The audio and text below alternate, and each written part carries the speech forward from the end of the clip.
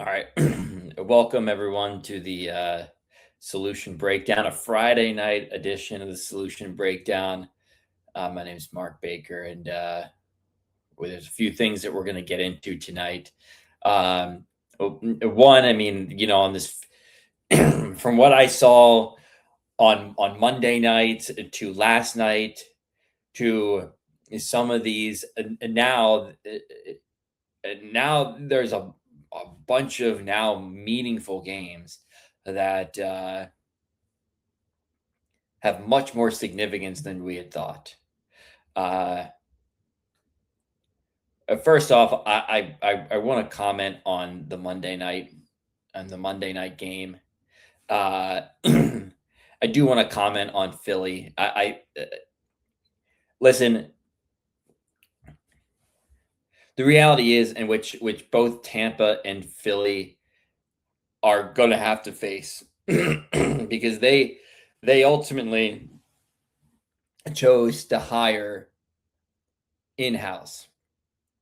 Eagles with Patullo, and I forget who Tampa hired, but they hired, I think, their quarterbacks coach, and yeah. So the reality is that, and also the Lions with John Morton as well.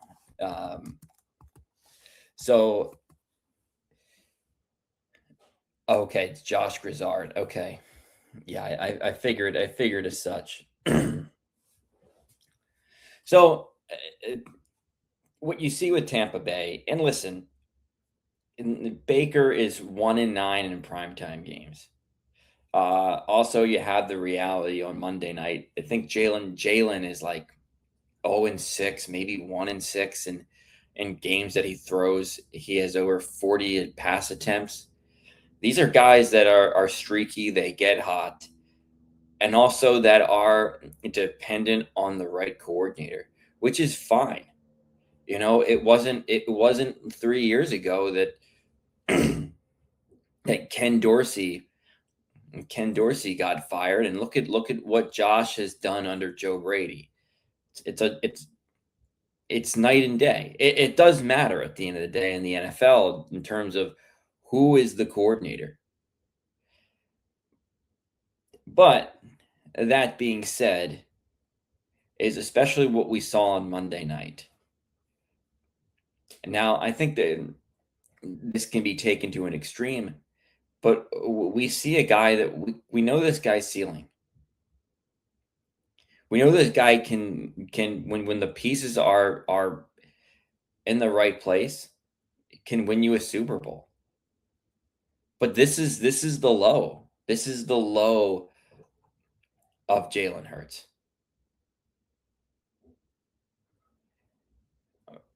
As a passer against that Chargers defense, I mean, hats off to the Charger defense. That was incredible, an incredible performance. And I would be surprised if Jesse Minter, if not in this off season, if the next, and maybe even in the next off season, that he is a top candidate to be a head coach. Because look at what Mike McDonald's done with Seattle. Unbelievable. People call him the defensive version of Sean McVay.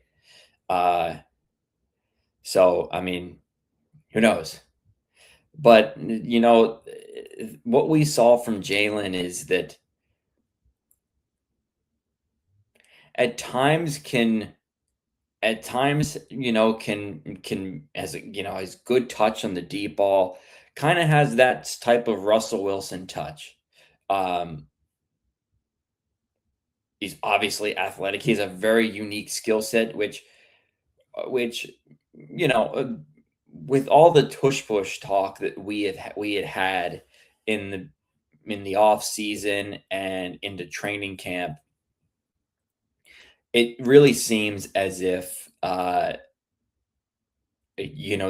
play is primarily. I mean, it all works in unison, but it is primarily in a primarily offensive line. I mean, it really is. I mean, if you have Cam Jurgens, which is hurt, who's been battling injuries, and he's had a down year. You have Landon Dickerson's calf injury. Um, yeah, I mean, I don't know. The beginning of the year, I would have told you that, like, yeah, I think Jalen can have a career year because you could tell at the end of the day that, okay, in the off season and in the preseason and training camp, you could kind of tell that they were really looking to uh, really boost the passing game. I remember I saw a game with and it was Cincinnati, uh, which they really came out and they really wanted to throw the ball downfield, and it was interesting. And I don't think that was necessarily a stupid thing to do either. Um, because Saquon on Monday night looked pretty good, but he hadn't really looked good all season. Um, because here's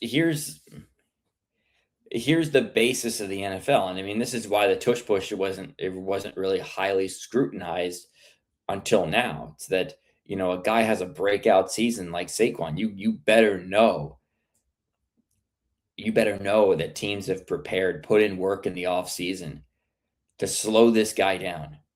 And also there's the psychological aspect for Saquon. It's like, hey, I had a prove it year. And I not only did he have that like prove it moment. I mean, he probably had the best season any offensive player had in in the history of the league. And I know that sounds really hyperbolic, uh, but considering the fact that with a game to go, I mean, he could have broke Eric Dickerson's record with fewer carries. Also, he had about 800 yards receiving. I don't know the exact number on that. Yeah, it was unprecedented. And the Eagles' offense was pretty much predicated on Saquon's going to hit the home run. You know it's coming, and he would hit it. But you can only do that. You can only do that so long because there's so many factors that play into this. And a lot of Jalen's success was teams are just going to sell out to stop Saquon Barkley. They are just going to sell out. I mean, you saw that in the Super Bowl. We want you, Jalen Hurts, to beat us. And you know what? I'll give him credit. In 2 Super Bowls, he has played unbelievable. He's been unbelievable in 2 Super Bowls. And particularly in the last one, yeah, he was absolutely on the money. And I could understand why someone would sit back and they would say that on an anonymous poll by NFL execs, this guy is number 9. And I would understand why people would say he should be closer to 5. I understand that. I totally understand that.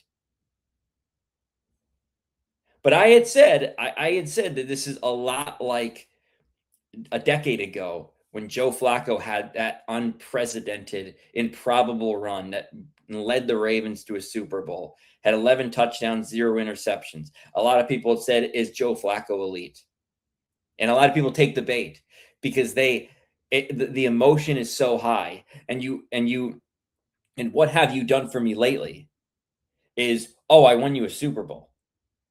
So what are you going to tell me? Like the last game that I literally played was in a Super Bowl that I had won and won the MVP. You're going to tell me that I'm not, that the guy that was a Super Bowl MVP. We haven't played a game since a meaningful NFL game since, and you're going to tell me that he is not elite. So it's easy to take the bait on, oh, this guy is elite. It's easy to. I mean, it's really easy to. And listen, I think it was a little different with Jalen because the Eagles had been to two Super Bowls in 3 years, and it wasn't like he played bad in the one in Arizona. But that being said, it's that when you really contextualize, and this year has brought a lot of clarity. He's not necessarily great from the pocket. Sometimes, I mean, always his criticism was being able to utilize the middle of the field, always an issue. And then you have AJ Brown, you have guys in the locker room saying, like this guy isn't. I'm not so sure. I'm not so sure with this guy. Since he got paid, Jalen Hurts. I don't know if he's really one of the guys. But the reality is that a lot of guys that we would not consider all-time greats, that we would not even consider elite, have won Super Bowls. Brad Johnson won a Super Bowl. Doug Williams won a Super Bowl. Trent Dilfer won a Super Bowl. Flacco won a Super Bowl. A lot of guys, and I'm not trying to say these guys, Jalen's a bum. And listen, I don't think that you should bench him. But I think contextualizing and bringing down the expectation of who this guy really is. Yeah, he's a franchise quarterback. So is Baker Mayfield. But last night helps us find a deeper meaning for Baker Mayfield. He's very, like, when he's on, bro, he's like honestly, earlier in the year when they're sitting there and they're 4-1 and they come out of Seattle in a shootout. I mean, Seattle's a tough place to play in general, but when they come out and they're flinging it all over the field, I'm like, this guy might be like a top 5 guy. Like when Baker's on, he's on, and it's similar to Jalen. But now you kind of see that, like, when we get into December, we get into January, a lot of this comes really on the shoulders of. And it comes on the shoulders of,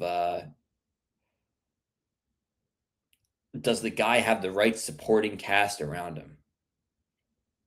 And specifically, does he have the right coordinator? Because that's what matters at the end of the day for guys like Jalen, guys like Baker. That's the hidden success. And I know that the easy criticism is to say, why did Tampa and why did the Eagles choose in-house? That's such a big mistake. And I know that's the easy criticism. But think about it, that your business model as a franchise is pretty much always shopping for the next coordinator. Because if you get the right guy and he hits, well, there's always 6 teams that are looking for they're looking for the next Sean McVay. There's always 6 teams looking for a coach. 4 of them are looking for Sean McVay. So they're going to go shopping. And so they're coming for your guy. So now then you got to go do that again. This is the problem. This is the problem when you have defensive-minded or CEO type of head coaches. I mean, I give Detroit a little bit because on that Thursday night game, about 8 days ago, I mean, Dan Campbell is, I mean, hell, they're like, he's calling plays like it was Ben Johnson again. And you see the fluidity of the Lions offense. It was like, man, is Ben back? That's the problem, is that you have to keep shopping. You keep shopping for these coordinators. Well, they're always going to leave. It's the nature of the NFL is that on on the heavier end, it's like 6 teams that are looking for a coach, but there's always like 3 that are. So I'm just it's a weird business model. And it's also a weird business model for a team like Tampa. It's also weird that, you know, like earlier in the year, we were talking about Baker being coming a Baker being in the clutch. Um, he was great in the clutch, but I remember someone asked this question about Kansas City, and it's the same with Tampa. It's that why are they in all these close games? That that very game. I was thinking about this. I was thinking about this morning actually. That very game is what could kill a team like Denver. As you find yourself in these like weird games against teams that you probably should beat.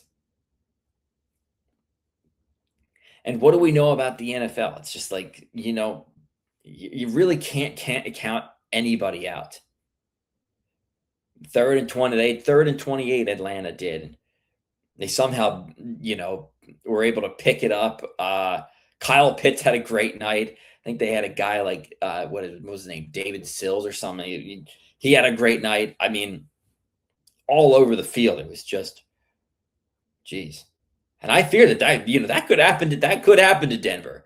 Now, Denver's defensive efficiency is far greater than Tampa, and let's not compare the two. But you're watching a Tampa Bay team. We're at 1.6-2. They're now 7-7. Like, think about that. We were talking about, yeah, well, we don't know the playoff picture, but we know Tampa's going to win the South. No, and it is not even like Carolina, like they're kind of knocking on the doorstep. It isn't like an NFC East thing where you got, the Cowboys they're hanging in there.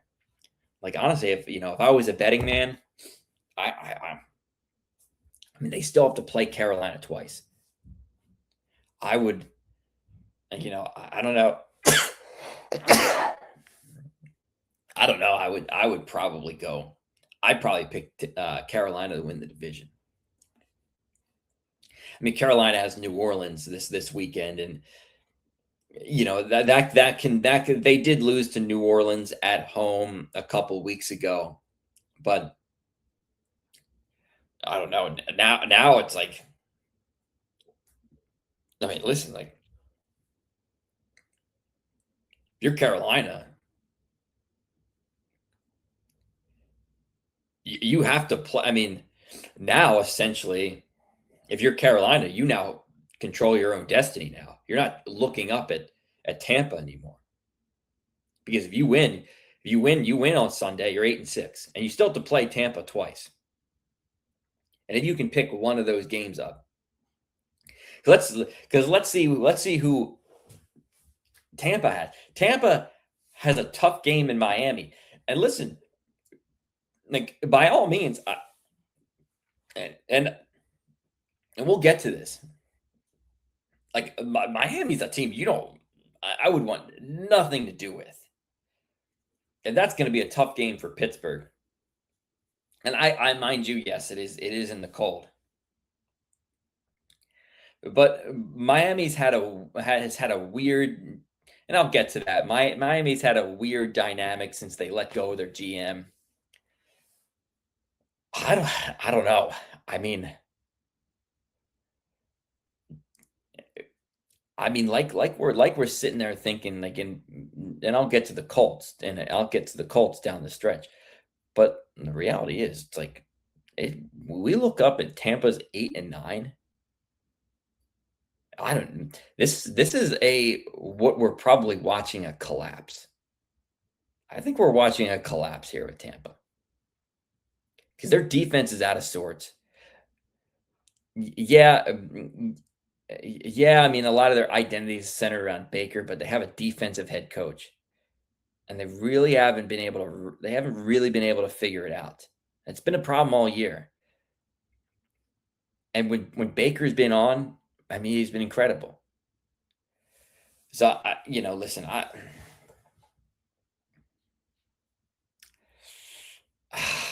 that's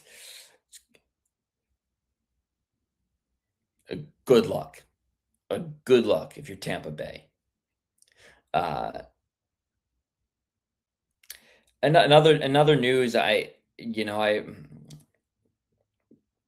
kind of went on. I kind of went on there. I was wanted to talk more about the Monday night game, and um, ended up kind of flowing into my the topic of Thursday night. But I do want to say this. I do want to say this about the Chargers, and I really I did not really believe that I didn't really believe that they were even going to win that game until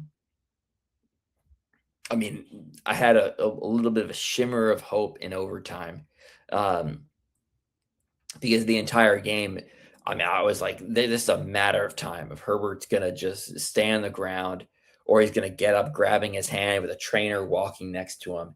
It just didn't look good. I mean, it just looked like, dear God, this guy's not gonna survive.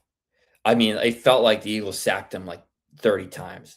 Like and and I'm sitting there and watching the play call, and they have him going back on these 7-step drops. I'm like, what in the fuck are you doing? Um, somehow, I mean, do I say they got lucky? Sure. If you want to throw, they got lucky on that. Great. I'm totally fine. You want to say they got lucky, but think about it. As much as I've known about the Chargers in the past 20 years, what have I known about the Chargers? In primetime games, especially when they've had leads, or in general, they tend to choke. Under Brandon Staley, they would have lost that game. Under Anthony Lynn, under Mike McCoy, under good old Norv Turner, they would have lost. They would have found a way to lose that game. I'm sitting there, I'm thinking, I'm like, that's the Harbaugh effect.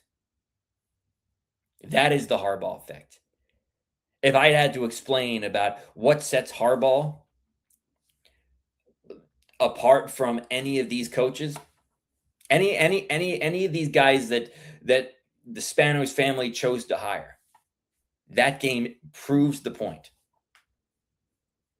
That was I mean, it's all those like cliche words you throw out there, like that's toughness, that's grit. That's what it looks like. That is like it's exactly they had no business winning that game. Absolutely no business winning that game, or even honestly, Philadelphia looked like that was one of the best games that Saquon had all year. You take the Giants game out of that, the Giants game out of that in the middle of the year, and that's the best game Saquon had.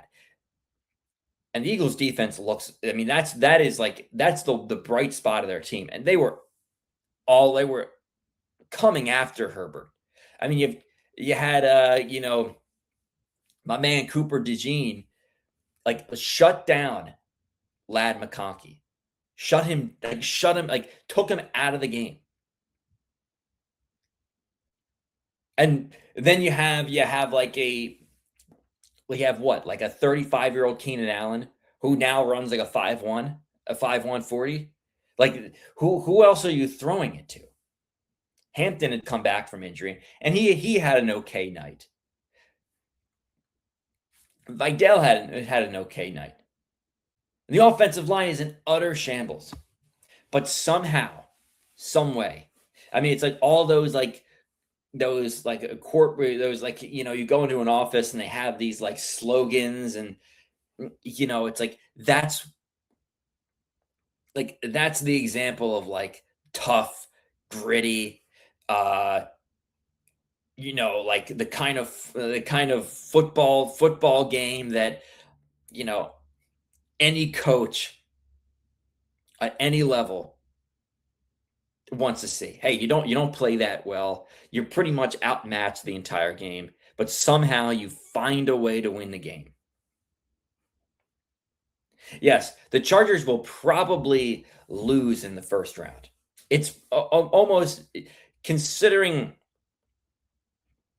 what they'll have to go up against in the AFC. I don't have a lot of faith that they'll get out of the first round.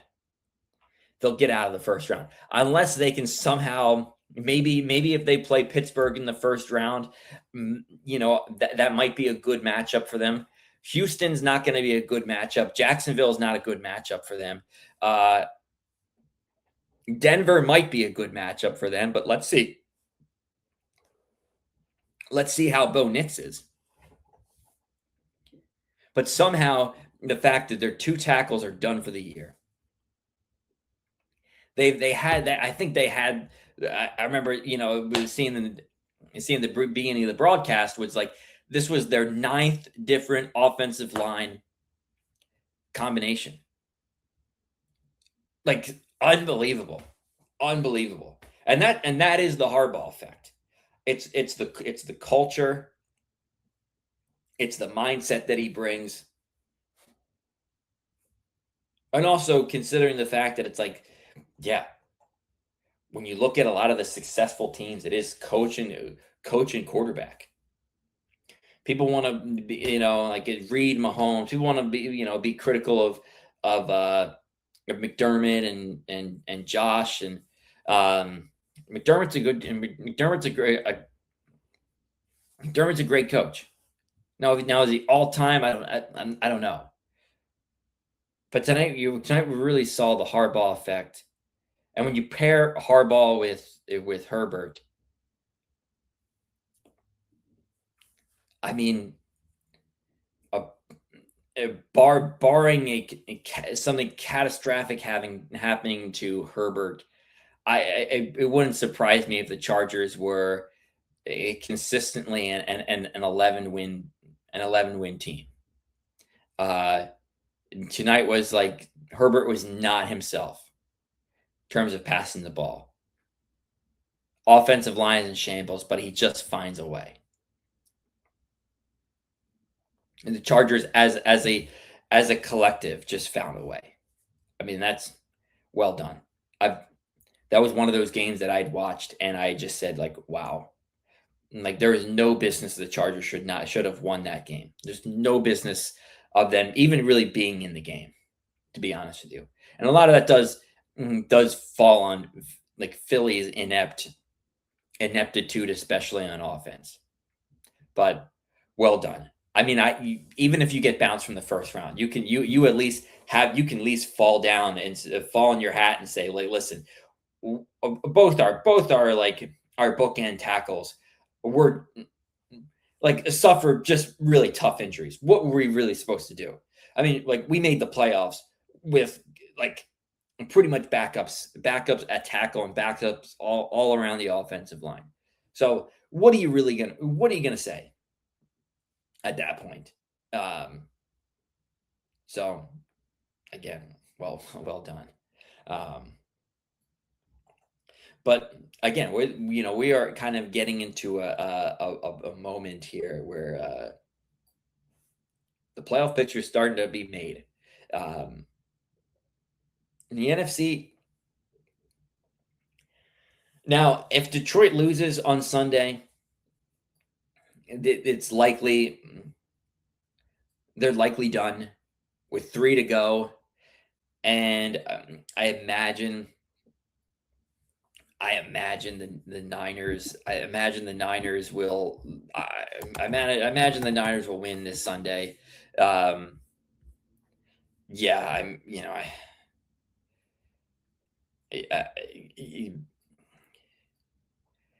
I don't think Tennessee's roster can hold up at all with the 49ers. So they'll likely win. It's a big game for Detroit. If they lose, they're likely out. Which is pretty much we're really shaping up the NFC playoff picture. which should be interesting. Which should be interesting. But I did want to get to I did want to get to I did want to talk about a story, and of course, we all really know Philip Rivers that has not played a down in the NFL since January of 2021. I they haven't announced it yet, but you know, if I stand here saying I would not surprise me whatsoever, and I kind of expect him to start on Sunday. Um, it's an interesting choice, but it makes sense. You've had the guy in your building before. I mean, look, why was Tom Brady, even Rodgers, able to play this late in their career, in their 40s? Well, because the reality was with Philip Rivers, and I remember Philip Rivers even from the 2000s, and I mean, hell, he's a rookie. He was a rookie in 2004, and so he was never mobile. I think some people in the audience might remember, but in 2008, in January of 2008, in the 2007 season, Chargers went to the AFC Championship, and in the divisional round against the Colts, he partially had torn his ACL. Now, from what I remember, I don't think that was really public knowledge at the time. And I think what we found out after the New England game, because he played in a brace, and we didn't know if he was going to play, but he did play. And you could tell he was something was up. Well, Philip had like torn his ACL, and he had surgery, and he played. And mind you, the Chargers were in that game in 08. They were in it. They were in it. They had 4 field goals. I remember the score was 21-12. They were in that ball game the entire way. And I bring that game back because, again, like, if any guy like Cam Newton was definitely seemed pissed off, but a guy like Cam Newton in his younger years had a partially torn ligament in his knee and had surgery. He would not. I mean, I don't think he would even play because his game was athleticism. A lot of guys, especially younger guys, even guys that you wouldn't think of as maybe even elite or all time guys like Russell Wilson, like Cam Newton. Think about Mike Vick. If Mike Vick partially tore his knee up, yeah, he wouldn't play because he's not the same guy. Philip was never one of those guys that he would rarely ever beat you with his legs. He was entirely a pocket passer. And that's why I think this could work. Now, the guy hasn't played for close to 5 years.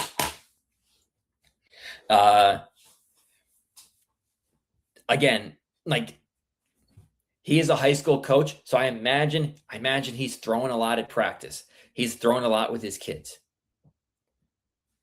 But it's just a different speed. That if I've never seen a situation where a guy has come back after 5 years.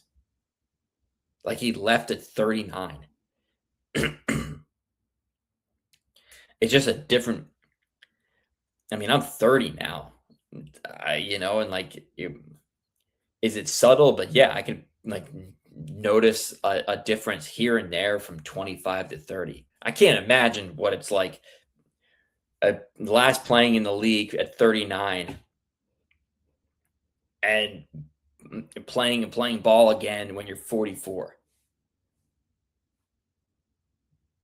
Because it's not like the Seattle this week or San Francisco this week is going to really be, whoa, we're not going to get beat over the top by Philip Rivers. They're going to try to keep everything in front of them. And the Colts offense, even with Daniel Jones, was centered around Jonathan Taylor. So this idea that, oh, well, like they're going to keep everything as simple as they can.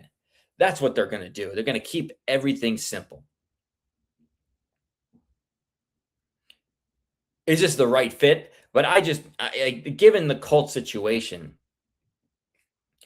and even the fact that with Daniel Jones, he had struggled in the past few weeks. It's not like they had been rolling in the past couple of weeks. It's not like they had been rolling. So would it surprise me if Phillips started and he was an efficient passer for the Colts? Yeah, I wouldn't mind. It wouldn't surprise me whatsoever. But I just don't know if you really can salvage this thing regardless of who you have under center. And certainly not with a guy that's 44. That we haven't seen this guy get hit in 5 years. I just don't see it from the Colts. I see more of an 8-9 finish, which is an interesting dilemma for the Colts. Because what do you do then? We mean like in a little bit of a short sample size in the middle towards now, we've seen I don't know if Daniel Jones is really the guy that we really should be building a future around. We know the design of the offense is. We know they've got like Steichen can design the offense. Jonathan Taylor is like arguably the best back in the league. On his best day, yeah, he's the best back. He is the best back in the league. But the quarterback has always been an issue since Andrew Luck retired. And so what So what do you do? And that's a tough situation. That really is a tough situation because this is not a Darnold situation whatsoever. Darnold had an unbelievable season with maybe 2 bad games late in the year. If one of them was just kind of weird, was a really bizarre circumstance that really favored the Rams in that wild card game. So,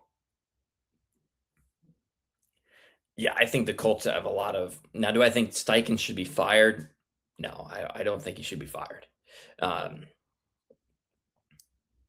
a lot of this is unfortunate, and I think that he's gotten a lot out of Daniel Jones, and I think he's gotten really the limit out of Daniel Jones.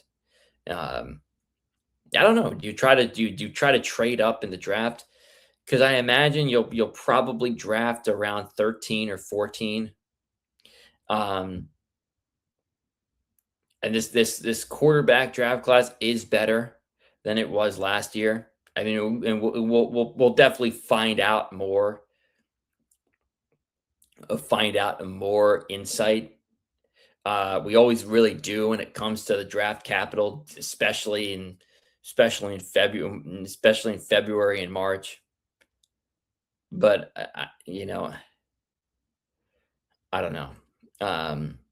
Let me put it this way: what I would be surprised by if the Colts somehow went 2-2 down the stretch. I don't see that happening, and if that did happen, I would be utterly shocked if the Colts somehow went 2-2 down the stretch, because the reality is, especially with the last playoff spot in the AFC, you're probably going to have to go 10-7, probably, because Jacksonville and Houston are now going to fight for that division.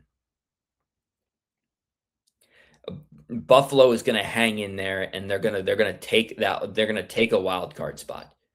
At this point, New England has a stranglehold on that division, and the Chargers at this point are 9-4, and then with 4 to go, I imagine they'll at least win one more game. I imagine that they'll go 2-2 down the stretch. But what if they don't? What if the Chargers are not able to what if, what happens if the Chargers um drop one in Kansas City, drop one in Dallas, lose against Houston, and are now 9-7, being like we kind of need to win, or we need to win. And let's say the Colts are 9-7. Well, I, that would surprise me. And but like the reality is, you're gonna probably have to win. You're gonna have to win 10 games to even sniff it. And I just don't. My point is, I just don't see it happening from the Colts. But I am curious about this, especially in the AFC. A lot of criticism has come on Buffalo lately. Um, Receiving core has been an issue, but let's be reminded of this. Yes, Chiefs have Andy Reid and Mahomes. And McDermott, of course, defensive coach. Josh has been working with Joe Brady. But I just the reality is, like, the Chiefs had won the Chiefs had won two Super Bowls with an assortment of just odd talent in Juju Smith-Schuster. They had Sky Moore, McCole Hardman. They had Marquez Valdez-Scantling. They've just had they've never had since Tyreek Hill has left, they haven't really had a number one guy. Now, Rashee Rice is definitely looks like he's pivoting into that role, but they've never had a number one guy. All I keep hearing about is just all I keep hearing about is like, oh well, receiving core is an issue. It's like, yeah, it might be an issue, but I saw that be an issue for Kansas City. I mean, they could have dropped that game. They could have dropped that game against Cincinnati, but it really wasn't necessarily because of the offense. I mean, the defense came up, had to make a play, and they made the play. But they were getting torched by Cincinnati in the snow, which is usually an advantage for them. Like, it's this typical, like, building up that New England. I listen. If you look at the combined record of what New England has beat this year, it's pretty atrocious. Outside of their Buffalo game, the first time around, which was a great, like, statement win for them. Eh, they've arguably on the NFC side have been playing the NFC South, which is arguably the weakest division in football. Okay, great. Like, a lot of who they played up to this point, and also remind you they'd have the Jets and Miami, who's been playing better lately, but you know, like, they haven't really, like, I'm not sold on New England being a Super Bowl contending team. Drake May's a little bit raw. He's very talented, but is still a very raw talent. And I listen, it's just a when you're playing New Orleans, and you look really great against New Orleans, and you're playing the Jets, and you're killing the Jets. I mean, I don't know. I just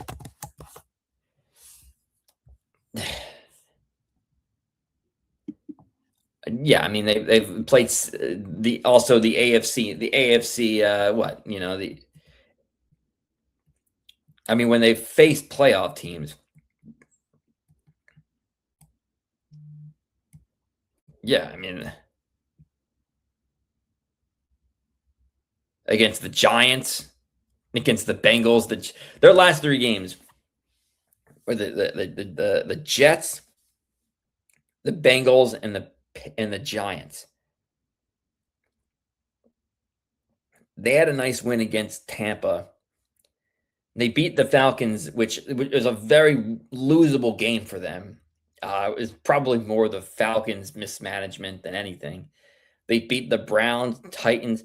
I mean, it's a lot of, I'll give them credit against the game against Buffalo, but yeah, I mean, if you look at the past 9 wins that they've rattled off,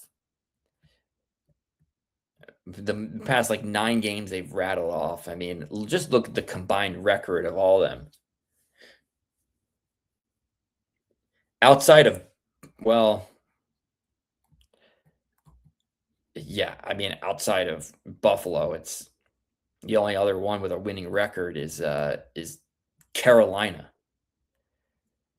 So, I mean, New England's one of those clubs that it would not surprise me if they were a first round exit.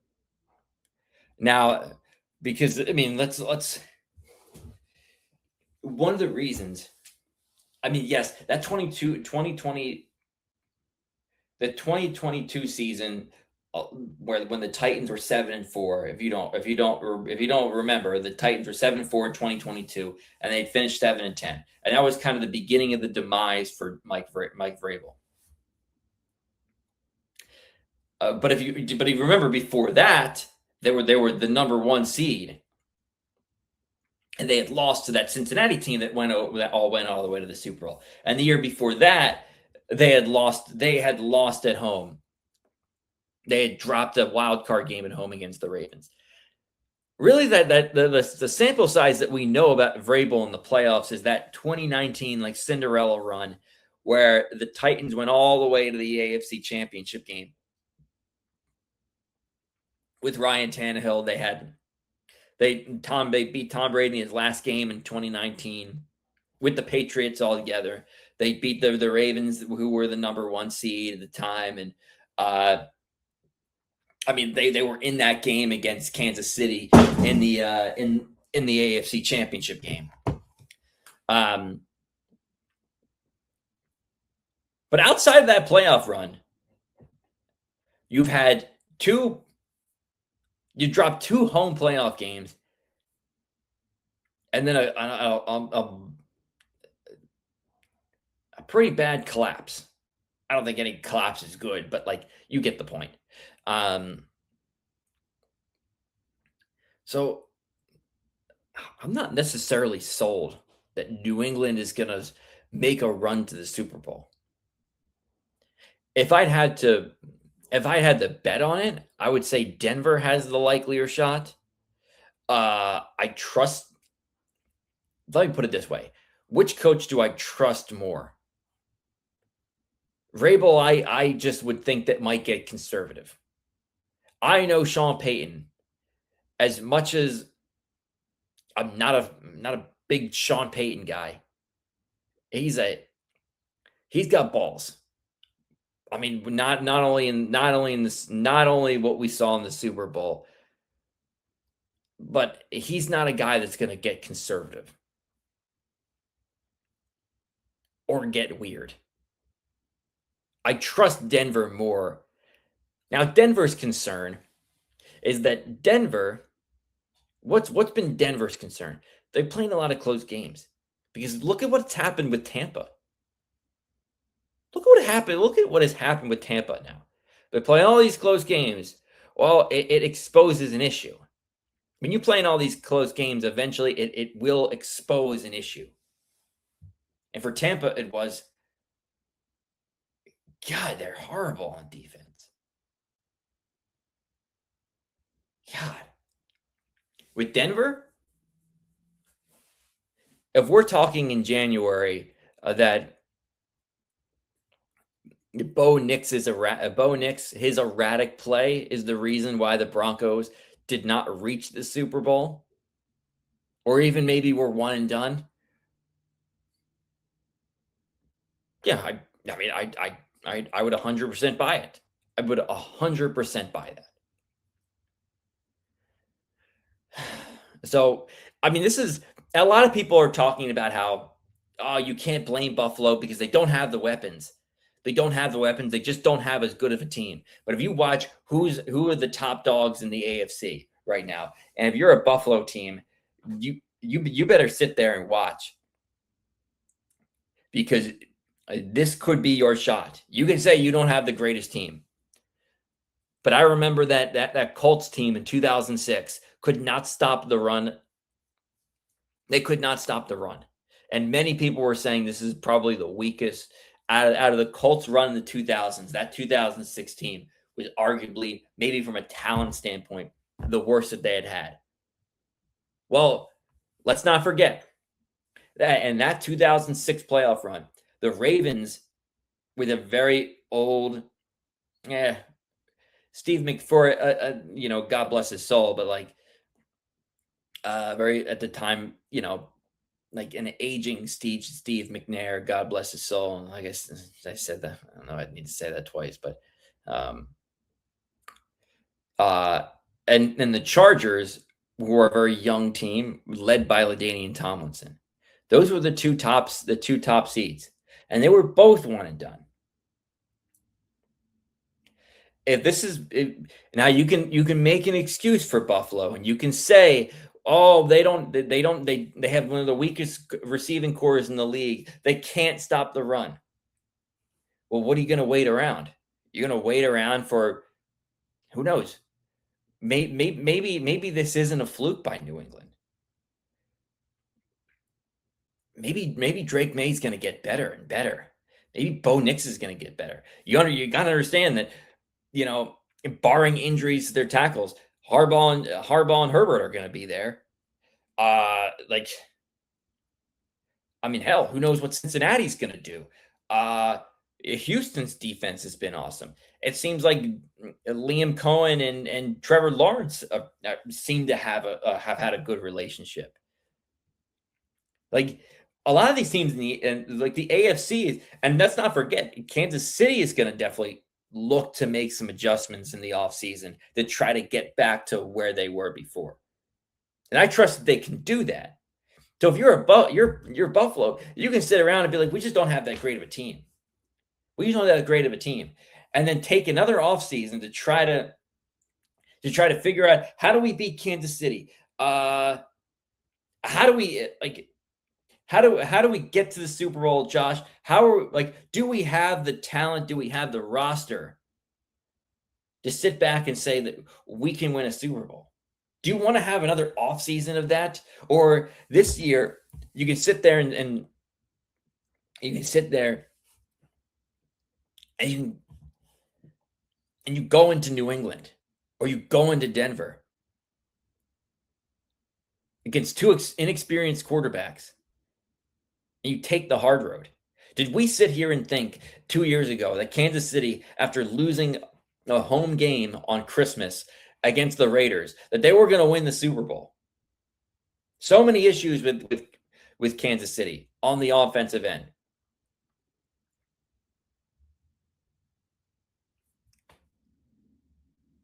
But that being said, all that being said, against Baltimore, when that was Baltimore's best shot to get to a Super Bowl, they were arguably the best team in football. Kansas City went in there and pushed them around. Was Baltimore the more talented team? Yeah, probably. Probably. And even today, I say probably.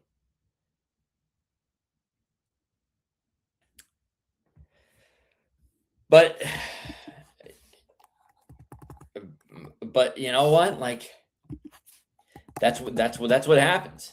Sometimes you can't sit back and say the best team won always. Sometimes you can't sit back and always say the best team won.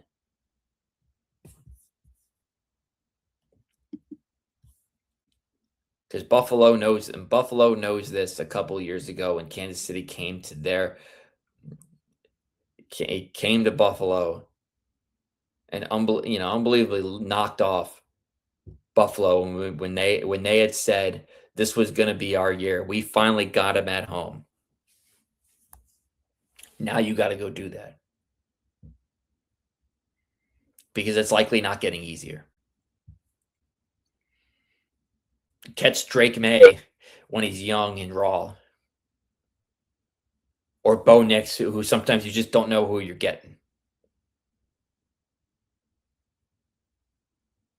Sometimes I trust the fact that it's like, hey, listen, who's the best quarterback in the playoffs? So right now in the playoff picture, we've got Bo Nix, we've got Drake May. Right now in the AFC North, Aaron Rodgers, Trevor Lawrence, Justin Herbert, Josh Allen. I look at who's the best. Josh Allen's the best quarterback in that.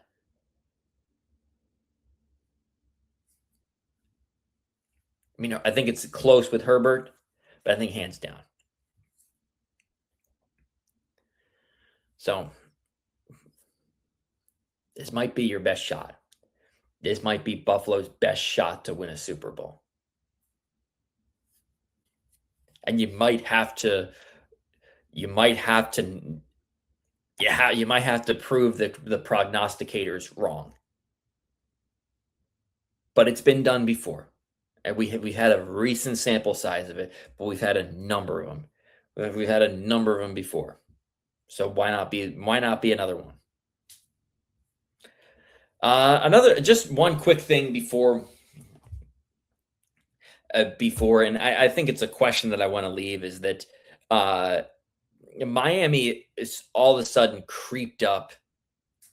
Has creeped up. I think they've won like four straight games, 4 straight games or something. I think the question is with Miami, it's unlikely that but if they go, let's say 9-8, and they have kind of like what the Bengals did last year, like think about it this way: if they have kind of what the Bengals had, like you got to know there's going to be a new GM, and he might want his guy, and he might want his guy. But is there any scenario in which Mike McDaniel is safe? Because he can coach offense, and you know what? They may not make the playoffs, but it definitely seems as if because again, like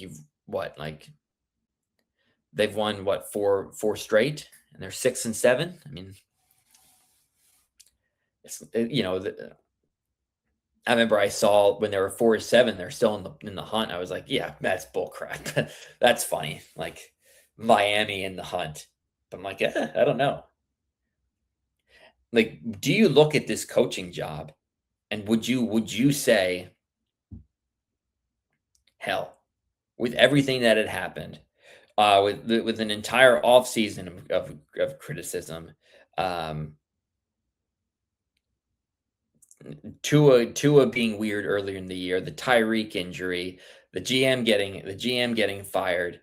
I think McDaniel's done a great job, considering the fact that Miami could possibly be 9-8. I mean, I don't think that they'll run the table, but the reality is, like, hey, if they can win on Monday night, and that's a winnable game for them. The disadvantage is the idea for them of playing in the cold. But I mean, last week when the cold was definitely a factor. I mean, yeah, they're playing the Jets, but they seem fine.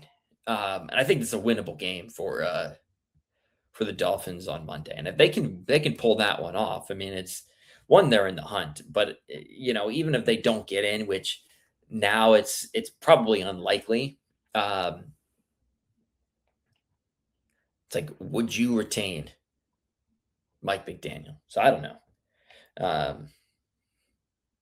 Don't clip me on that, but it's something interesting that Miami was a while back was that team that like okay yeah Mike McDaniel's getting canned was a lost season to shit. You're still mathematically in, and you're not only mathematically in. It's like hey like who knows? You might be able to win out. You have winnable games on there. And that last game against New England, who knows where New England's at? They have the division wrapped up. We're looking to just get out of here with everybody healthy, maybe even going to the bye. So I don't know. All right, that's all from me. Be sure to hit the like and subscribe button to the Hardcore Sports Network. Or give you, notify you when there's any new video on the network is posted. A lot of great shows. Uh, it's been real. Had a great time. I'm gonna go relax the rest of the night. Um, Excited for the game Sunday, and I'll be back soon. Thank you so much. Bye bye.